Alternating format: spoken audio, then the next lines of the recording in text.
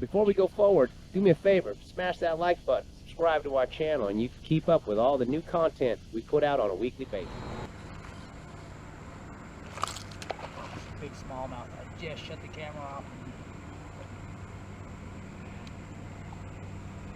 Oh, he's a big one. Barely hooked too.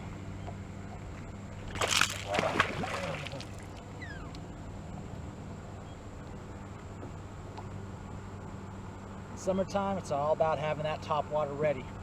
And you keep your eyes peeled for areas like this where you see them blowing up. When you see them blowing up, you know there's a good one, man. You know there's a big school there. And you just got to keep working that area. Sometimes it'll shut down for a little bit and you just got to switch presentations. But if you stick to it, it pays off. This is a good one. And smallmouth, as you know, oh, he's barely hooked.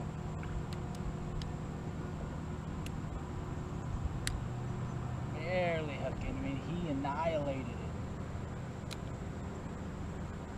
He's got one hook in him. Oh, the back hook too. Oh. God, he's not dancing with you. Oh.